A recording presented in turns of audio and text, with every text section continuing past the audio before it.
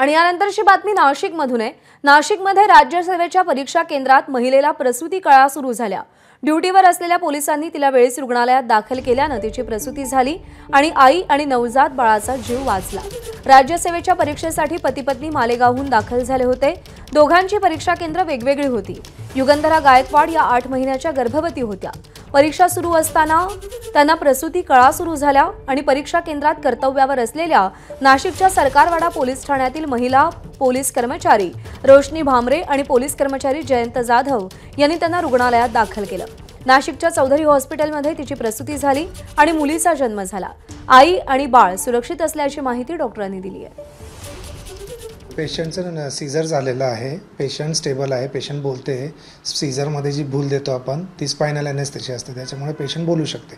Patient comfortable आहे। Bleeding थांबलेलं आहे, पण बीपी अजून कंट्रोलमध्ये नाही आहे। तर बीपी कंट्रोलमध्येचे प्रयत्न सुरू आहे आणि बाळ व्हेंटिलेटर मशीनवर आहे। SNC हॉस्पिटल साफल्य हॉस्पिटलला ॲडमिट केलेलं आहे बाळ। VN नाईक कॉलेजला इथं जे परीक्षा केंद्र होतं त्या ठिकाणी मालेगाव इथून आलेली एक महिला परीक्षार्थी होती। ती 8 महिन्याची गर्भवती होती, पण तिला अचानक रक्तस्राव होऊ लागल्याने आमचे बंदोबस्तला जे अंमलदार होते जयंत जाधव आणि रोशनी भामरे या दोघांनी त्यांना जे उपलब्ध वाहन त्यांना अवेलेबल झालं त्यांना एका हॉस्पिटलला नेलं, सुश्रुत हॉस्पिटल, आणि डॉक्टरांनी त्यांचं सीझर केल्यावर त्या महिलेला कन्यारत्नाचा लाभ झालेला आहे।